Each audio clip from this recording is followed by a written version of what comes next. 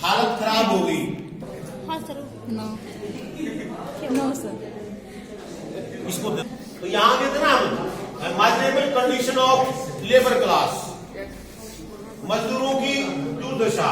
मजदूरों की दुर्दशा क्यों हुई? औद्योगिक क्रांति से 16 से 18 घंटे काम करना पड़ा, अंधेरी फैक्ट्रियों में काम करना पड़ा, उनको भरपूर वेतन भी नहीं मिलता था।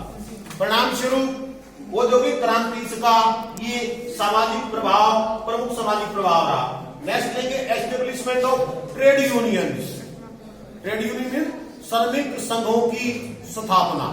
श्रमिक संघों की स्थापना कैसे हुई? सबसे पहले 1 अक्टूबर 1824-25 में इंग्लैंड की सरकार ने श्रमिक संघ बनाने की अनुमति दे दी। उसके बाद 1864 में फ्रांस की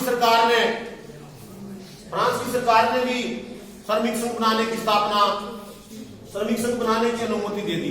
उसके बाद 1868 में इटली में भी, जर्मनी में भी श्रमिक संघ बनाने की अनुमति वहां की सरकारों ने दे दी। अब श्रमिक संघों की स्थापना होने से श्रमिक संघों की जो यूनियन थी, श्रमिक संघ थे जो, उन्होंने फैक्ट्री मालिकों से अपने हकों की लड़ाई लड़नी शुरू कर दी। परिणाम स्वरूप अब जो श्रमिक संघ थे उन्होंने अपने अधिकारों एवं कर्तव्यों की लड़ाई लड़नी शुरू कर दी। इससे क्या होता है? अब जो ट्रेड यूनियन है, इसके बाद विश्व की विभिन्न सरकारों ने, सबसे पहले इंग्लैंड में भी, इंग्लैंड, फ्रांस, जर्मन, इटली आदि देशों में वहां की सरकारों ने, वहां के संघों ने गणतंत्रीय सरकारों पर, लोकतंत्र सरकारों पर जोर देना शुरू कर दिया। नेक्स्ट पॉइंट लेंगे हम पॉलिटिकल इंपैक्ट। इसमें एक पॉइंट हो जाता है exploitation of women and children. स्त्रियों एवं बच्चों का शोषण, ये भी सामाजिक प्रभाव में आता है। स्त्रियों और बच्चों से, कम उम्र के बच्चों से काम करवाया जाता था, क्योंकि इनको वेतन भी कम दिया जाता था, अंधेरी खानों में काम करवाया जाता था, इनको कोई चिकित्सा सुविधा नहीं दी जाती थी।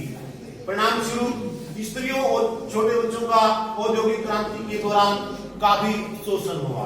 नेक्स्ट पॉइंट लेंगे हम पॉलिटिकल इंपैक्ट। पॉलिटिकल इंपैक्ट, राजनीतिक प्रभाव।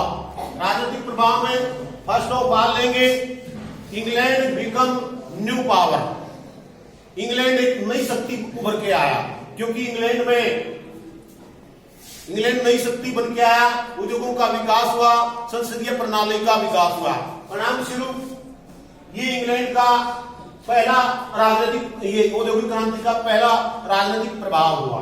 नेक्स्ट लेंगे पार्लियामेंट्री रिफॉर्म्स, संसदीय सुधार। संसदीय सुधार इंग्लैंड में सबसे पहले 1832 में, 1832 से लेकर 1928 तक विभिन्न प्रकार के संसदीय सुधार इंग्लैंड में हुए, पार्लियामेंट्री रिफॉर्म। इस संसदीय सुधारों से, संसदीय सुधार 1832 तक चले। नेक्स्ट पॉइंट लेंगे हम न्यू पॉलिटिकल थॉट्स, नए राजनीतिक विचार। इनमें सबसे, जैसी औद्योगिक क्रांति आई, अनेक समाजवाद, साम्यवादी क्रांति, समाजवाद सबसे पहले रॉबर्ट ओवन ने इंग्लैंड में, उसके बाद लुई ब्लांक ने फ्रांस में, इसके बाद रॉबर्ट ओवन, लुई ब्लांक एवं इस समाजवाद के प्रभाव से, इस समाजवाद में क्या, किस पे जोर दिया गया कि भी मजदूरों की एकता पे plus union of labour plus गणतंत्रीय सरकार, लोकतंत्रात्मक सरकार पे जोर दिया गया। इसके बाद लेंगे नेशनल एंड इंटरनेशनल यूनिटी, राष्ट्रीय एवं अंतरराष्ट्रीय एकता। ये किसकी कारण हुई? Due to communication, means of communication एवं ट्रांसपोर्ट, संचार एवं यातायात के साधनों की वजह से ये राष्ट्रीय एवं अंतरराष्ट्रीय एकता, इससे क्या हुआ? विभिन्न रेलों का विकास हुआ, नदियों का विकास हुआ, जिससे यातायात एवं व्यापार बढ़ा, संचार के साधनों का, टेलीफोन, रेडियो, तार का विकास, इन साधनों से विश्व के विभिन्न देश एक दूसरे के करीब आ गए, जिससे यूनिटी बनी, नेशनल एंड इंटरनेशनल यूनिटी। ये इसका प्रमुख प्रभाव रहा, राजनीतिक प्रभाव।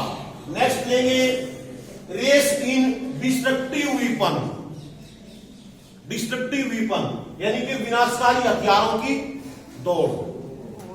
अब इसमें क्या हुआ, जैसे ही औद्योगिक क्रांति आई, विश्व के विभिन्न देशों ने विनाशकारी हथियार बनाने शुरू कर दिए, जिसका आगे चल के क्या परिणाम हुआ, 1914 एवं 1939 दो विश्व युद्ध इसका प्रमुख परिणाम निकला। फाइनल लेंगे, अंत में लेंगे हम इसका इंटेलेक्चुअल इंपैक्ट, बौद्धिक प्रभाव। First of all, end of superstitious, अंधविश्वासों का अंत। जैसे ही औद्योगिक क्रांति आई, इससे पहले धर्म सुधार आंदोलन, उससे पहले पुनर्जागरण में क्या हुआ, तर्क के आधार पर कोई भी मत तब माना जाएगा, वो तर्क के आधार पर, तर्क की कसौटी पे खरा उतरना चाहिए। अंधविश्वासों को छोड़ दिया गया, प्रयोग विधि पे बल दिया गया। तो परिणाम स्वरूप जैसे ही औद्योगिक क्रांति आई, औद्योगिक क्रांति आते ही वास्तविकता पर बल दिया गया, वास्तविकता पे अंधविश्वासों को छोड़ दिया गया।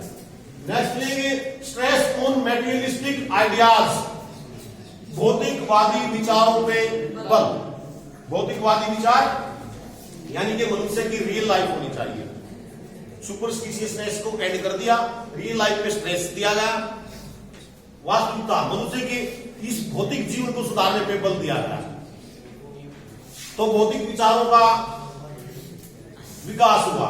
नेक्स्ट लेंगे डेवलपमेंट ऑफ लिटरेचर, साहित्य का विकास।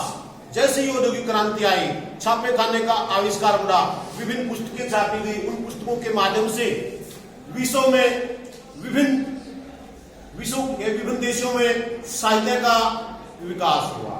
नेक्स्ट पॉइंट लेंगे development of science and technology, विज्ञान एवं तकनीकी का विकास। औद्योगिक क्रांति के कारण विश्व में साइंस एंड टेक्नोलॉजी, विज्ञान, तकनीकी, शल्य चिकित्सा का विकास हुआ। फाइनली निष्कर्ष रूप में हम कहेंगे, जैसे ही औद्योगिक क्रांति आई, तो इसने, औद्योगिक क्रांति ने विश्व की विभिन्न क्षेत्रों में, चाहे वो आर्थिक क्षेत्र हो, चाहे वो सामाजिक क्षेत्र हो, चाहे वो राजनीतिक क्षेत्र हो, चाहे वो बौद्धिक क्षेत्र हो, विभिन्न क्षेत्रों पर प्रमुख प्रभाव डाला।